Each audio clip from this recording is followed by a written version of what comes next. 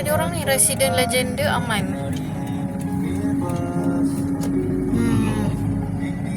Dalam 200 meter, belok kanan. 200 meter kanan. Wah, semua rumah baru. Tak ada orang duduk lagi. Wah, dia orang ada yang pakai solar. Ada pakai solar ke? Semua ada letak solar. Belok kanan. Oh, depan dia kosong ni. Okey lah. Tak ada, bukan menghadap orang.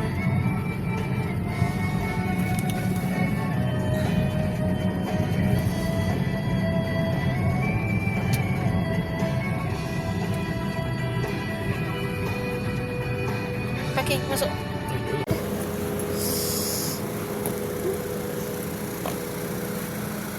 Tidur budak ni. Tidur ke? Abang tidur. Abang tidur. Dia tak tidur. Jom, nak tengok rumah tak? Orang siap bagi kontraktor Oh, nak buat. grill apa semua. Biasa tu. Dia mengikut ke pasal lahan? Oh, iya ke? Kunci rumahnya dah ambil? Belum. Dia nak hantar wakil je. Oh. Sebab dia tanya dah sampai ke belum. Kan jauh dalam kan. Itulah abang suruh tanya. Baik kali abang tanya. Betul ke ni? Betul ke ni? Nombor rumah 1000. Ha. Memang jauh lah cerita Abang takut betul ke ni? Ni kawasan kampung betul ke ni?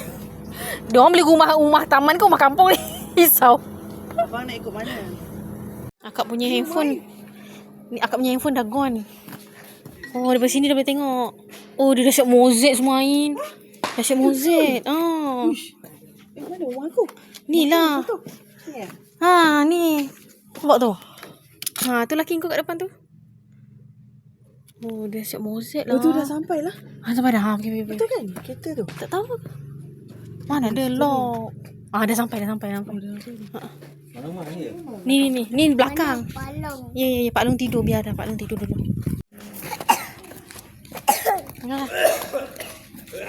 Astaghfirullahalazim.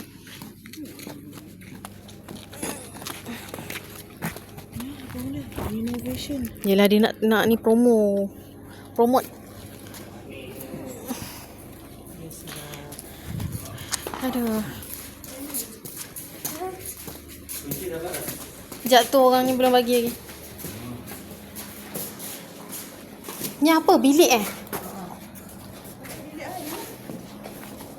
Telefon apa pula?